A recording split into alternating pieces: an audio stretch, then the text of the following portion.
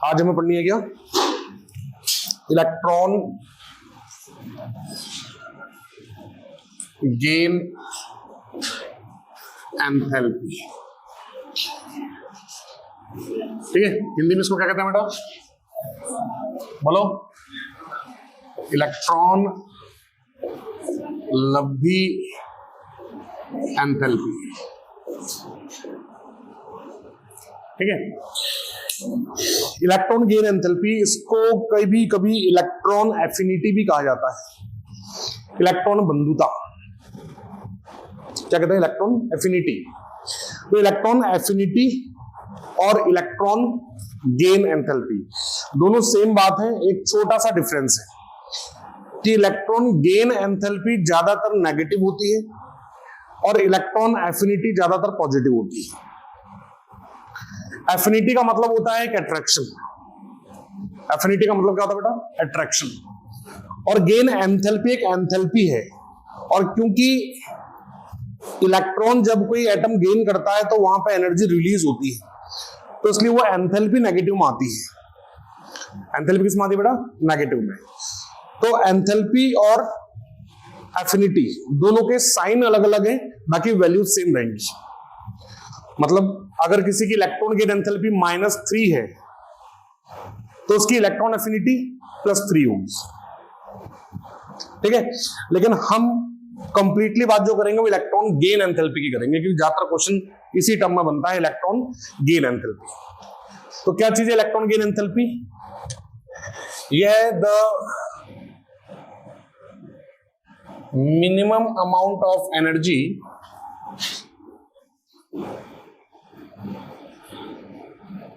released, the amount of energy released, या कभी कभी और gained, है ना, by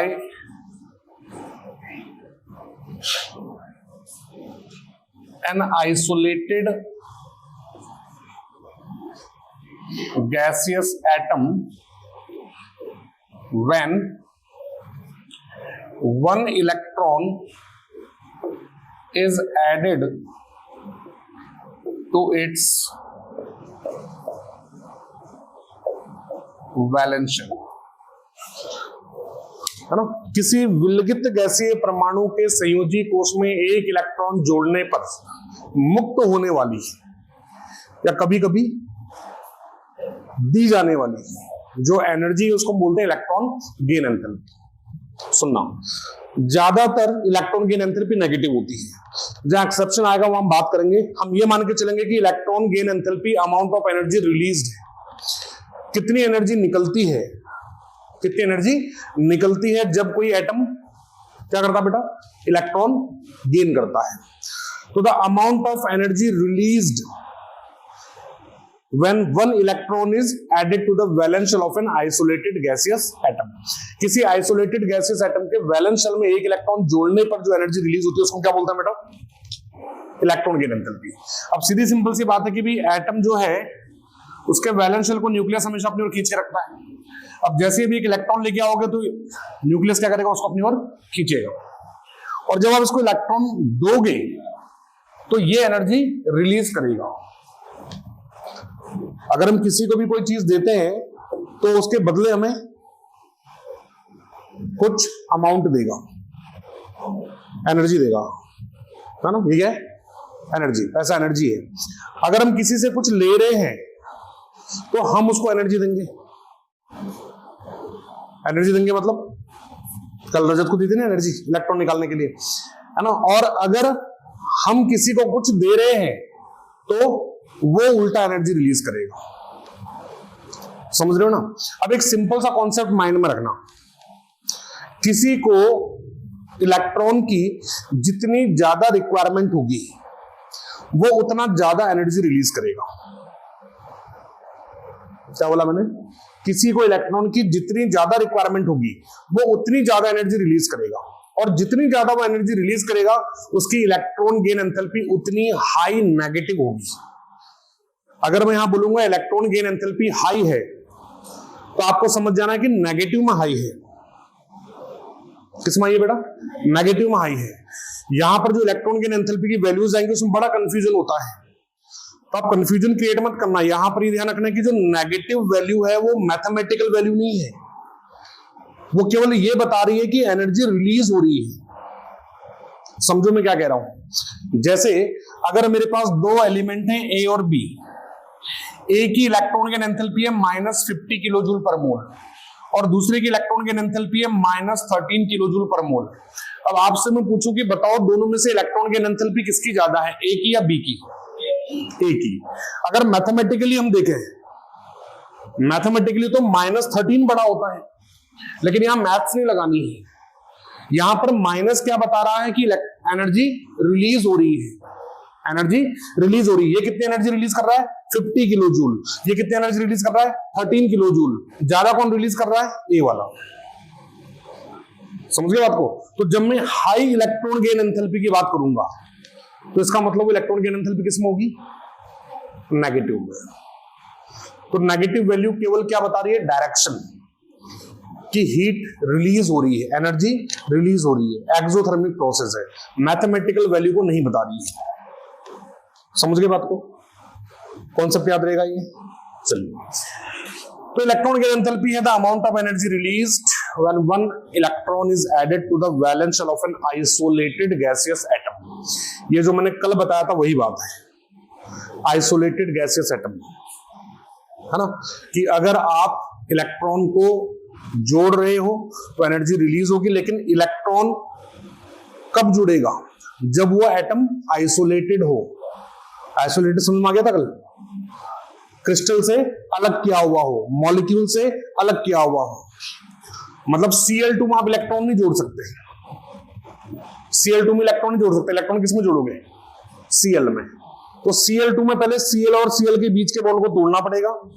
जैसे ही तोड़ोगे बस Cl आइसोलेट हो जाएगा, फिर उसमें इलेक्ट्रॉन जोड़ोगे। समझ आ रही है बात? तो इलेक्ट्रॉन जोड़ना और निकालना केवल आइसोलेटेड एटम में से हो सकता है। अब बात आती है इलेक्ट्रॉन गेन एंथैल्पी में कि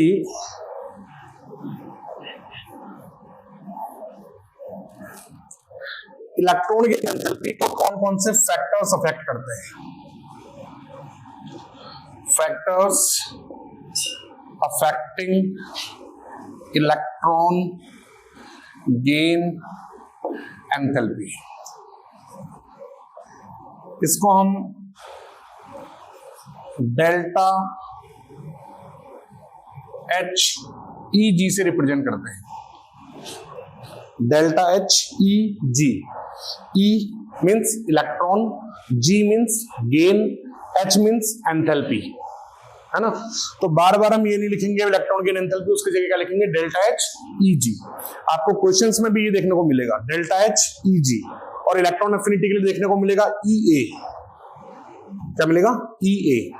तो ई ए का मतलब इलेक्ट्रॉन एफिनिटी और डेल्टा एच ई जी का मतलब इलेक्ट्रॉन गेन एंथैल्पी। दोनों में डिफरेंस समझ में आ गया था? दोनों में डिफरेंस क्या है? हाँ, दोनों का सिंबल अलग अलग होगा, साइन अलग अलग होगा। एफिनिटी पॉजिटिव में, एंथैल्पी नेगेटिव। बंधुता पॉजिटिव में, लब्धि एंथैल्पी नेगेटिव में। ठीक है, चलो, तो कौन कौन से फैक्टर अफेक्ट करते हैं? सेम वही है जो आयनाइजेशन एंथैल्पी के थे। सबसे पहला एटॉमिक साइज। ठीक है, एटॉमिक साइज। तो मुझे बताओ, एक ये एटम है, एक ये एटम है, एटम ए, एटम बी। दोनों में से कौन जल्दी इलेक्ट्रॉन गेन करेगा? ए वाला कि बी वाला? इलेक्ट्रॉन कैसे जुड़ता है? कौन जोड़ेगा इलेक्ट्रॉन को? न्यूक्लियस। तो न्यूक्लियस जितना पास में होगा उतना जल्दी जुड़ेगा। न्यूक्लियस जितना पास में होगा इलेक्ट्रॉन उतना जल्दी जुड़ेगा। तो इलेक्ट्रॉन जल्दी किस में जुड़ेगा? ए में कि बी में? ए में। और जितना जल्दी जुड़ेगा उतना ज्यादा एनर्जी रिलीज होगी। क्या बोला मैंने? जितना जल्दी जुड़ेगा उतनी ज्यादा एनर्जी रिलीज होगी। है ना। तो बताओ, एटॉमिक साइज जितना छोटा, इलेक्ट्रॉन गेन एंथैल्पी उतनी ज्यादा, है ना। किसमें? नेगेटिव में, नेगेटिव में, ध्यान रखना इस बात को, ठीक है। तो पहला एटॉमिक साइज। दूसरा फैक्टर आता है इसको अफेक्ट करने वाला, ENC। क्या था? ENC बोले तो इफेक्टिव न्यूक्लियर चार्ज। अभी मैंने कुछ देर पहले बोला कि इलेक्ट्रॉन को कौन खींचता है? न्यूक्लियस। तो न्यूक्लियस का चार्ज जितना ज्यादा होगा, इलेक्ट्रॉन उतना जल्दी जुड़ेगा। यानी ENC जो है, it is also directly proportional to, बोलो, डेल्टा H ईच। ENC जितना ज्यादा, इलेक्ट्रॉन की एंथैल्पी उतनी ज्यादा। तीसरा आता है electronic configuration. Electronic configuration, electronic configuration में क्या है बेटा कि अगर कोई एलिमेंट ऐसा है जो ऑलरेडी स्टेबल है, ऑलरेडी स्टेबल है, उसकी इलेक्ट्रॉन गेन एंथैल्पी कम होगी। और अगर कोई एलिमेंट ऐसा जो इलेक्ट्रॉन लेते ही स्टेबल हो रहा हो, तो फटाफट इलेक्ट्रॉन लेगा और बहुत ज्यादा अमाउंट ऑफ एनर्जी रिलीज करेगा, है ना। तो कौन कौन से ऐसे कॉन्फ़िगरेशन हैं जो इलेक्ट्रॉन आसानी से लेंगे? कौन कौन है बेटा? एक तो होगा P2। P2 का मतलब क्या हुआ कि एक इलेक्ट्रॉन लेते ही क्या हो जाएगा? P3। P3 क्या होता है? Half filled, stable. दूसरा P5। P में 5 है तो क्या चाहेगा? एक इलेक्ट्रॉन लेके फटाफट P6 हो जाए। तीसरा D4। D में 4 है तो क्या चाहेगा? एक लेके फटाफट D5 हो जाए। चौथा D9। D9 क्या चाहेगा? एक लेके 10 हो जाए। फिर और बोलो F6 क्या चाहेगा? एक इलेक्ट्रॉन ले F7 हो जाए। और चौथा F13, है ना। तो ये जितने भी कॉन्फ़िगरेशन हैं, इनकी जो डेल्टा HEG होगा वो वेरी हाई होगा। समझ आ रही है बात, है ना। P2, P5, D4, D9, F6, F13, ये जिनका भी कॉन्फ़िगरेशन होगा उनकी इलेक्ट्रॉन की एंथैल्पी बहुत हाई होगी, ठीक है। और कौन इलेक्ट्रॉन नहीं लेगा? जो पहले से स्टेबल, कौन?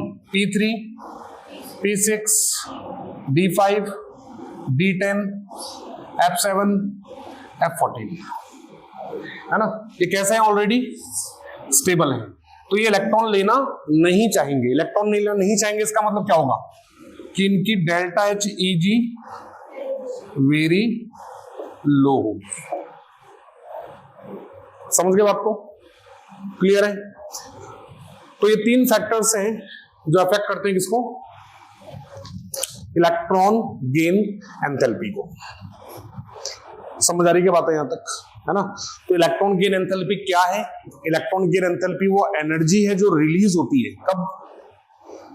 जब एक इलेक्ट्रॉन जोड़ते हैं किसी भी एटम के वैलेंस शेल में, ठीक है। कौन कौन सी बातों पे डिपेंड करेगा? एटॉमिक साइज पे डिपेंड करेगा। साइज जितना बड़ा होगा, इलेक्ट्रॉन गेन एंथैल्पी उतनी कम होगी। ENC जितना हाई होगा, इलेक्ट्रॉन गेन एंथैल्पी भी उतनी हाई होगी। तीसरा, इलेक्ट्रॉनिक कॉन्फ़िगरेशन जो अनस्टेबल होंगे वो चाहेंगे कि इलेक्ट्रॉन लेके स्टेबल हो जाए। जो पहले से स्टेबल होंगे वो इलेक्ट्रॉन गेन करना नहीं चाहेंगे। बात समझ आ रही है क्या? क्लियर है बात? ठीक है। तो ये हो गए हमारे factors affecting electron gain enthalpy. अब हम बात करते हैं इनकी पीरियोडिसिटी की।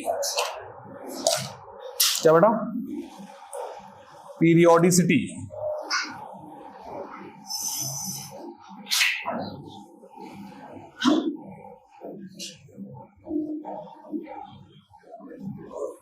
इन इलेक्ट्रॉन गेन एंथैल्पी, पीरियोडिसिटी इन डेल्टा जीजी क्या है? अगर हम बात करें इन a group,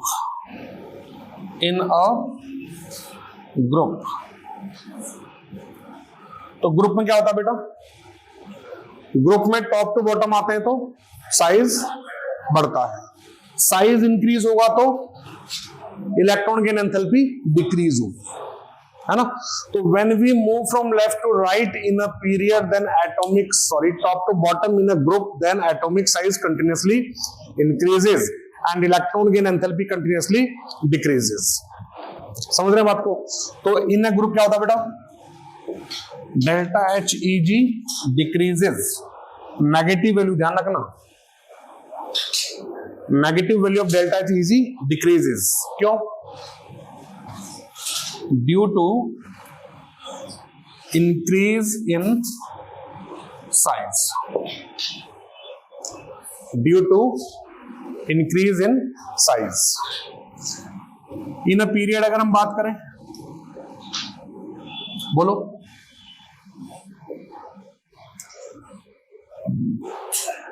left to right जाएंगे तो साइज छोटा हो जाता है, साइज छोटा होगा तो ईएनसी बढ़ेगा, और ईएनसी बढ़ेगा तो फटाफट इलेक्ट्रॉन गेन होगा, और इलेक्ट्रॉन जितना जल्दी गेन होगा उतना ज्यादा एनर्जी रिलीज होगी। ठीक है, तो इन पीरियड अगर हम बात करें तो delta H E G increase होता है due to decrease in size and increase in effective nuclear charge. समझ गए क्या बात को, क्लियर है, ठीक है। तो ये तो होगी इसमें पीरियोडिसिटी। नेक्स्ट हमारे पास आते हैं एक्सेप्शंस, जिनके ऊपर क्वेश्चन बनने वाले हैं, है ना। क्वेश्चन किसके ऊपर बनते हैं, एक्सेप्शंस के ऊपर। क्या क्या एक्सेप्शंस हैं,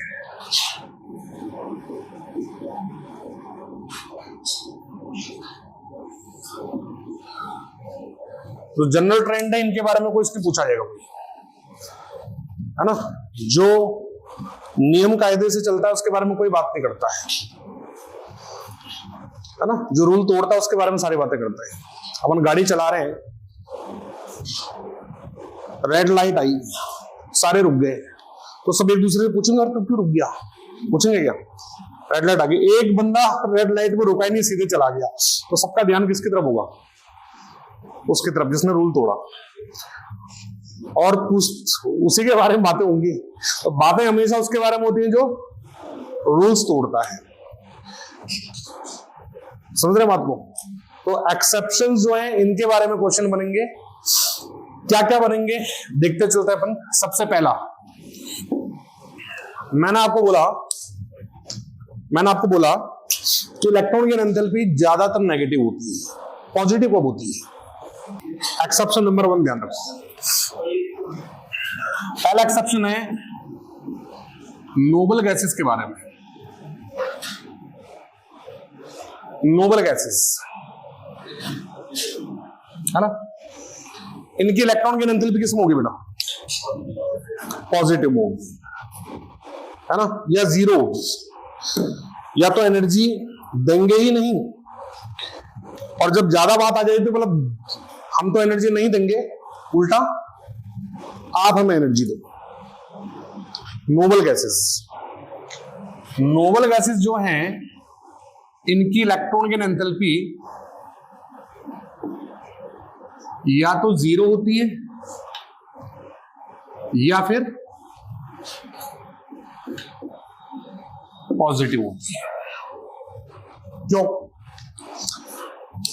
नोबल गैसेस क्या होती हैं, जिनके वैलेंस शेल फुल्ली फिल्ड होते हैं, ये ना इलेक्ट्रॉन लेना चाहते हैं ना इलेक्ट्रॉन देना चाहते हैं। जैसे मगर नियॉन की बात करो, नियॉन, इसका एटॉमिक नंबर कितना है 10, इसका कॉन्फ़िगरेशन क्या है 2 8, और वैसे कॉन्फ़िगरेशन देखें तो 1s2 2s2 2p6, ठीक है। तो इसके पास 2 शेल हैं, पहले में 2 इलेक्ट्रॉन हैं, दूसरे में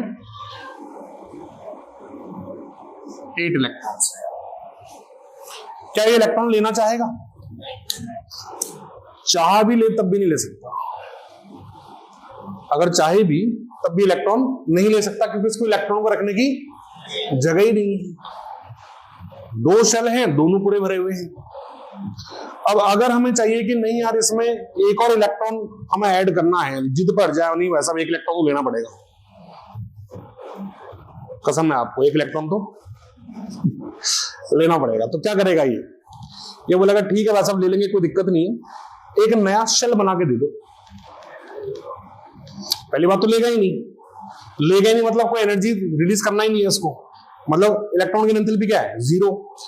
लेकिन हम जिद पड़ जाए कि नहीं वैसा भी एक इलेक्ट्रॉन तो लेना पड़ेगा, तो एक इलेक्ट्रॉन तो लेना पड़ेगा। तो क्या बोलेगा, ठीक है हमारे पास तो जगह है नहीं, आप एक काम करो, एक नया एनर्जी लेवल बना के दे दो, एक नया शेल बना के दे दो। और शेल बनाना, शेल क्या है, एनर्जी लेवल है, तो एनर्जी लेवल बनाने के लिए a large amount of energy is required,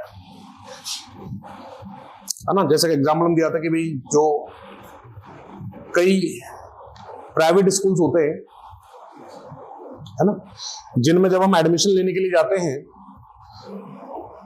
तो ये देख के बोल के भगा देते हैं कि वह सब सीटें फुल है, सीटें फुल है, एडमिशन नहीं हो सकता।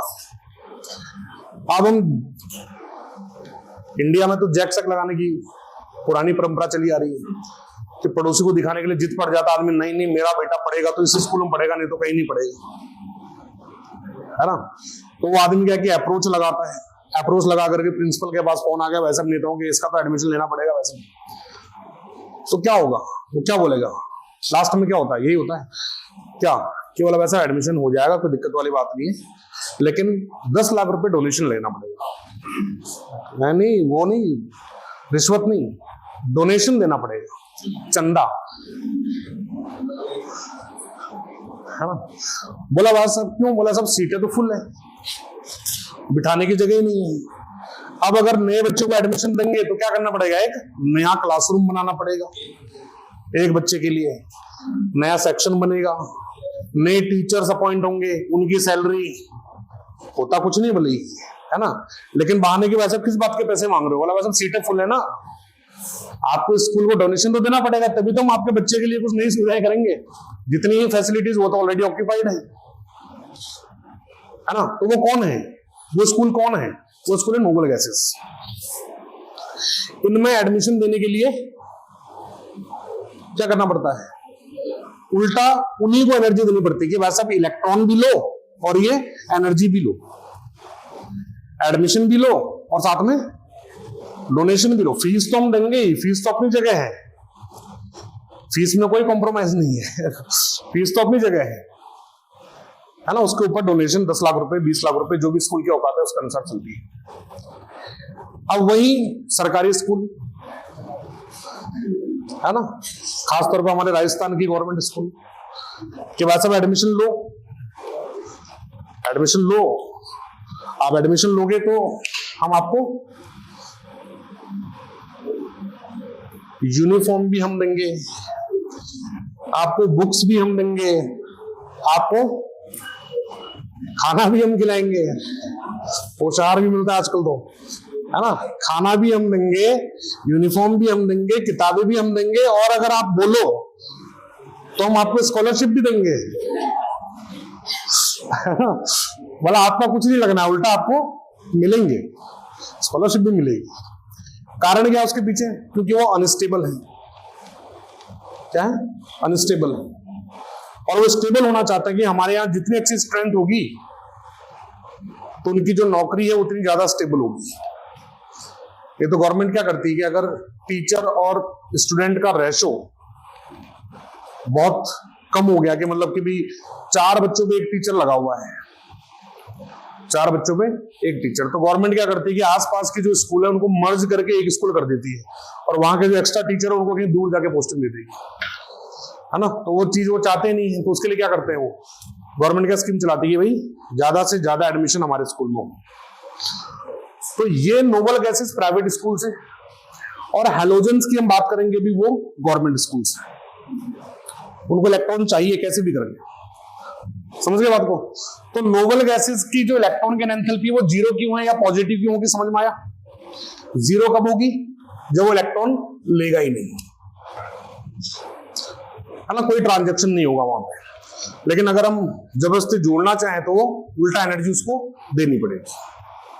समझ गए? सेकंड बात, एक तो नोबल गैसेस का एक्सेप्शन आ गया कि नोबल गैसेस के इलेक्ट्रॉन की एंथैल्पी 0 होती है। सेकंड एक्सेप्शन क्या था बेटा? हैलोजेंस का। किसका था? हैलोजेंस का। हैलोजेंस में कहां एक्सेप्शन आता है? केवल हैलोजन में ही नहीं, ये एक्सेप्शन आपको सारे ग्रुप में देखने को मिलेगा। पी ब्लॉक के सारे ग्रुप में देखने को मिलेगा। क्या एक्सेप्शन है? कि फ्लोरीन, अगर हम लेफ्ट टू राइट जाएं तो साइज छोटा होता जाता है, तो फ्लोरीन का साइज सबसे छोटा होगा यहां पे, और फ्लोरीन को 1 इलेक्ट्रॉन चाहिए भी। और हमने पढ़ा हुआ भी है कि फ्लोरीन बहुत जल्दी इलेक्ट्रॉन लेता है ना। तो फ्लोरीन की जो इलेक्ट्रॉन गेन एंथैल्पी सबसे हाई होनी चाहिए। लेकिन ग्रुप 17 में फ्लोरीन से ज्यादा इलेक्ट्रॉन गेन एंथैल्पी किसकी होती है? क्लोरीन की होती है। याद रखना, chlorine has maximum electron gain enthalpy, जबकि होनी किसकी चाहिए थी? फ्लोरीन की, लेकिन होती किसकी है? क्लोरीन की। तो सेकंड एक्सेप्शन है कि the electron gain enthalpy of fluorine is less negative than chlorine. क्यों? इसका रीजन क्या है? क्योंकि फ्लोरीन का साइज क्या है? छोटा।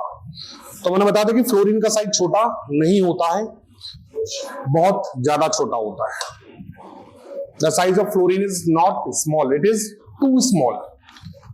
इतना छोटा कि इसमें इलेक्ट्रॉन डेंसिटी हाई हो जाती है। इसमें इलेक्ट्रॉन डेंसिटी क्या हो जाती है? हाई हो जाती है। इलेक्ट्रॉन डेंसिटी हाई का मतलब कि जैसे फ्लोरीन की बात करें तो फ्लोरीन में 9 इलेक्ट्रॉन है, हाइड्रोजन के पास लगभग उतने ही साइज में 1 इलेक्ट्रॉन है। मतलब कि हाइड्रोजन का 1 इलेक्ट्रॉन जितनी जगह में बैठा है, फ्लोरीन के 9 इलेक्ट्रॉन उतनी जगह में बैठे हैं। अब न्यूक्लियस की अलग कहानी है, उसको तो इलेक्ट्रॉन से कोई लेना देना है, वो बोलता नहीं मैं तो अट्रैक्ट करूंगा। लेकिन जो इलेक्ट्रॉन है वो बिल्कुल पास पास बैठे हुए, मतलब वैसा जगह तो है नहीं। तो न्यूक्लियस तो अट्रैक्ट करना चाहता है, लेकिन जैसे कोई इलेक्ट्रॉन बाहर से आता है तो पुराने इलेक्ट्रॉन जो पहले से ही पास पास बैठे हुए हैं वो बाहर से नए आने वाले इलेक्ट्रॉन को धक्का देके बाहर फेंक देते हैं। जगह ही नहीं, जबरदस्ती घुस रहा है अंदर। अरे बोला भाई साहब न्यूक्लियस ने बुलाया है आपको न्यूक्लियस ने बुलाया, अच्छी बात है, जगह कहाँ है? तो वहां पर थोड़ा सा बगावत होकर के फिर इलेक्ट्रॉन जुड़ता है। जितना इजीली इलेक्ट्रॉन जुड़ना चाहिए था उतना इजीली नहीं जुड़ता है, जिसके कारण फ्लोरीन की इलेक्ट्रॉन गेन एंथैल्पी क्लोरीन से कम हो जाती है। क्लोरीन का साइज तो बड़ा है, अच्छा खासा है, उसमें इजीली इलेक्ट्रॉन आ जाएगा। समझ आ रही बात?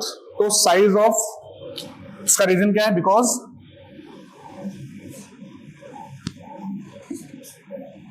The size of fluorine is too small.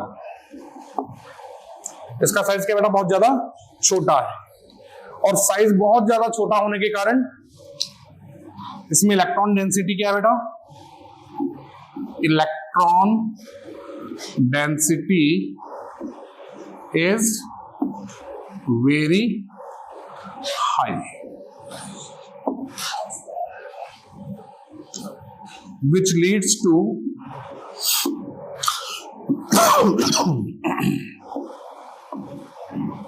Electronic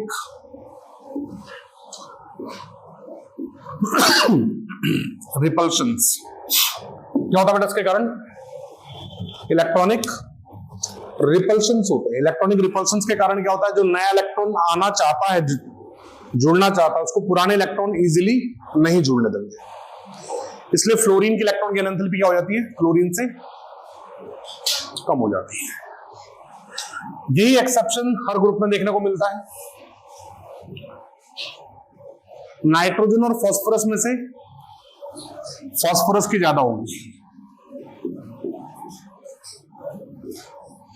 oxygen और सल्फर में से सल्फर की ज्यादा होगी। फ्लोरीन और क्लोरीन में से क्लोरीन की ज्यादा होगी। इधर सुनो मेरी बात, बाकी सारे ग्रुप में 16 ग्रुप के अलावा बाकी सारे ग्रुप में आगे का ट्रेंड सेम रहता है। मतलब फ्लोरीन क्लोरीन में एक्सेप्शन आया, मतलब किसकी ज्यादा है? क्लोरीन की। किससे? फ्लोरीन से। उसके बाद नॉर्मल ट्रेंड आ जाएगा। उसके बाद क्या आ जाएगा? ब्रोमीन, फिर आयोडीन। नाइट्रोजन फॉस्फोरस में फॉस्फोरस का होगा ज्यादा, किससे? नाइट्रोजन से। उसके बाद नॉर्मल ट्रेंड आ जाएगा कौन? आर्सेनिक और एंटीमनी और बिस्मथ। सल्फर ऑक्सीजन वाले ग्रुप में एक छोटा सा एक्सेप्शन है। क्या? कि ऑक्सीजन की इलेक्ट्रॉन की एंथैल्पी सल्फर से कम हो जाती है, सल्फर से कम हो जाती है। और एक्सेप्शनली ये अपने ग्रुप में सबसे कम हो जाती है, सबसे कम। मतलब सल्फर के बाद ऑक्सीजन नहीं आता। कौन आता है? सेलेनियम। कौन आएगा बेटा?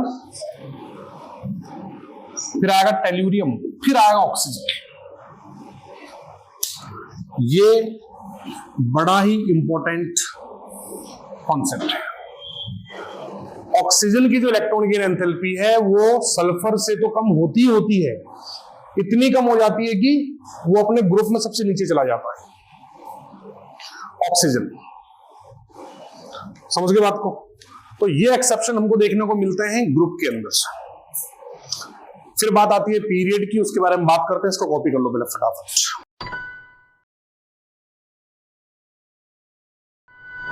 इसके बाद आता है एक्सेप्शंस इन अ पीरियड। इसमें अगर आप देखें कितने एक्सेप्शन हमने वहां लिख लिए थे? 3, 2। तीसरा एक्सेप्शन क्या बेटा? देखो इधर देखो, इधर देखो। जब आप lithium, beryllium, boron, carbon, nitrogen, oxygen, fluorine, neon तो हटाई, तो नियोन तो पॉजिटिव होता है ना? ये अगर जाते हैं तो लेफ्ट टू राइट जाने पे साइज क्या होता है? छोटा हो जाता है। साइज डिक्रीज होता तो ENC इलेक्ट्रॉन की एंथैल्पी बढ़ जाती है, ENC भी बढ़ता है। तो एक्सपेक्टेड क्या आना चाहिए कि लिथियम से ज्यादा, बेरिलियम से ज्यादा, बोरॉन से ज्यादा, कार्बन से ज्यादा, नाइट्रोजन से ज्यादा, ऑक्सीजन से ज्यादा, फ्लोरीन। ये होना चाहिए, लेकिन ये नहीं होता है, ये नहीं होता है। तो क्या होता है? सबसे पहला एक्सेप्शन देखने को मिल जाता है लिथियम में ही। लिथियम का कॉन्फ़िगरेशन क्या होता है? 1s2 2s1, एटॉमिक नंबर 3 होता है इसका। ये क्या चाहेगा? एक इलेक्ट्रॉन ले लेगा, एक इलेक्ट्रॉन पे 2s2 हो जाएगा ना, ये फुल्ली फिल्ड हो जाएगा। बेरिलियम क्या है? ऑलरेडी फुल्ली फिल्ड है, ये इलेक्ट्रॉन लेना नहीं चाहेगा, तो इसकी नेगेटिव इलेक्ट्रॉन की एंथैल्पी ज्यादा होगी। फिर किसकी आएगी? लिथियम की। फिर बोरॉन,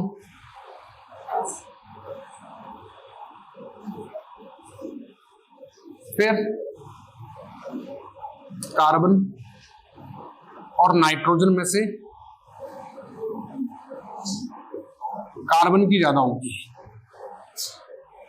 किसकी ज्यादा होगी बेटा? कार्बन और नाइट्रोजन में देखो, कार्बन का एटॉमिक नंबर कितना होता है? 6 का मतलब 1s2 2s2 2p2, 1s2 2s2 2p2। और नाइट्रोजन का कितना होता है? 7, मतलब 1s2 2s2 2p3। ठीक है, तो मुझे बताओ कौन जल्दी इलेक्ट्रॉन लेना चाहेगा? कार्बन की नाइट्रोजन? कार्बन।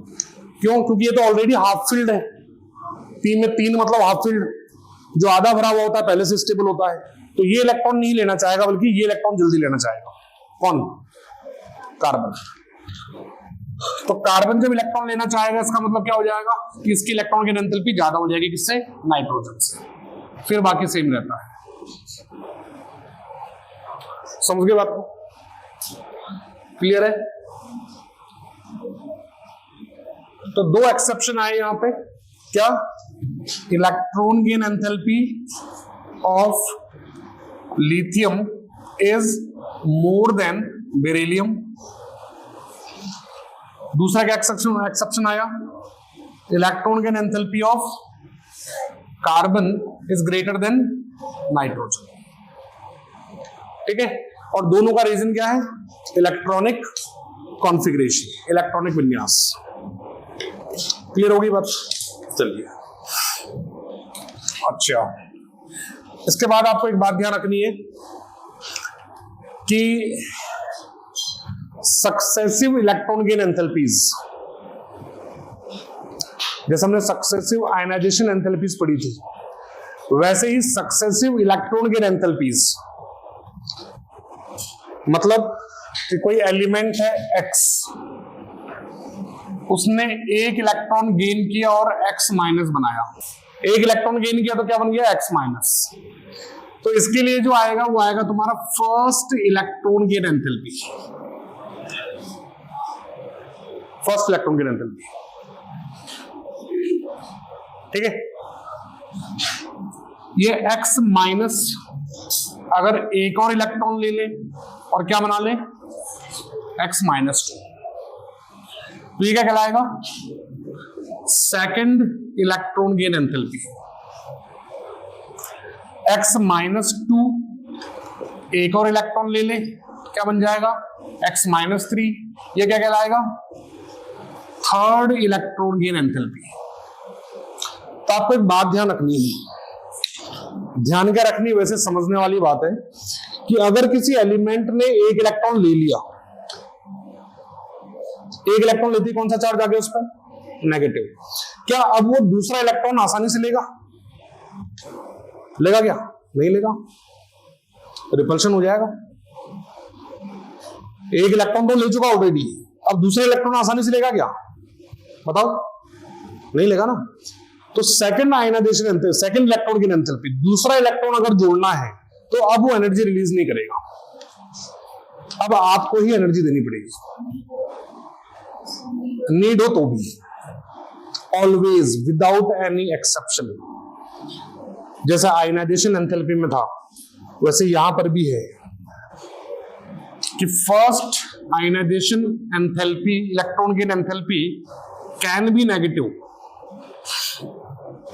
ये नेगेटिव होती है, हो सकती है, लेकिन सेकंड और थर्ड जो होंगे ना बेटा, ये हमेशा पॉजिटिव। मतलब पहला इलेक्ट्रॉन जोड़ोगे तो एनर्जी रिलीज होगी, लेकिन जब दूसरा इलेक्ट्रॉन जोड़ोगे तो उल्टा एनर्जी देनी पड़ेगी, और जितनी एनर्जी पहले रिलीज हुई थी उससे ज्यादा एनर्जी देनी पड़ेगी। समझो बात को मैं क्या कहना चाह रहा हूं, क्वेश्चन बनता बहुत अच्छा। क्या? कि second ionisation enthalpy, second electron gain enthalpy, second electron gain enthalpy की जो वैल्यू है वो उनका जो सम होगा, फर्स्ट और सेकंड का जो सम होगा, है ना। क्वेश्चन क्या बनेगा? जैसे ये X है, इसने इलेक्ट्रॉन गेन किया, X माइनस बनाया, है ना, और बोला कि इसके लिए डेल्टा H1 Eg है। फिर X माइनस ने एक और इलेक्ट्रॉन लिया और X माइनस 2 बनाया, इसके लिए डेल्टा H2 Eg है, और आपसे बोला कि delta H1 Eg plus delta H2 Eg किसके इक्वल आएगा, है ना। तो पहला आपको दे देंगे, अब 3 ऑप्शन दे दिए आपको, 0, 4 देते ऑप्शन तो आजकल, 0, नेगेटिव, पॉजिटिव, या चौथा दे दिया डिपेंड्स ऑन इलेक्ट्रोनेगेटिविटी, है ना। तो क्या आंसर आएगा? सोचो, पॉजिटिव आएगा, नेगेटिव आएगा, जीरो आएगा। पॉजिटिव ही आएगा। क्यों आएगा पॉजिटिव ही? क्योंकि सेकंड वाली ज्यादा है हमेशा। तो जो एनर्जी दे रहा है ना, उससे ज्यादा एनर्जी ले रहा है, तो सम तो पॉजिटिव में आएगा। समझ रहे हो क्या? हाँ, समझ रहे हो ना? हाँ भाई, अपन सेकंड बार में किसी से कोई डील करेंगे तो पहले के कंपैरिजन में रेट हाई मिलती है ना? तो पहला इलेक्ट्रॉन अगर आप जोड़ोगे तो वो एनर्जी देगा, लेकिन वो एनर्जी कम देगा। दूसरा इलेक्ट्रॉन जब आप जोड़ोगे तो वो एनर्जी नहीं देगा, आपको एनर्जी देनी पड़ेगी और पहले से ज्यादा देनी पड़ेगी। आ रही बात समझ में? तो इन दोनों का सम जो है हमेशा क्या आएगा बेटा? पॉजिटिव आएगा। क्लियर है बात, है ना?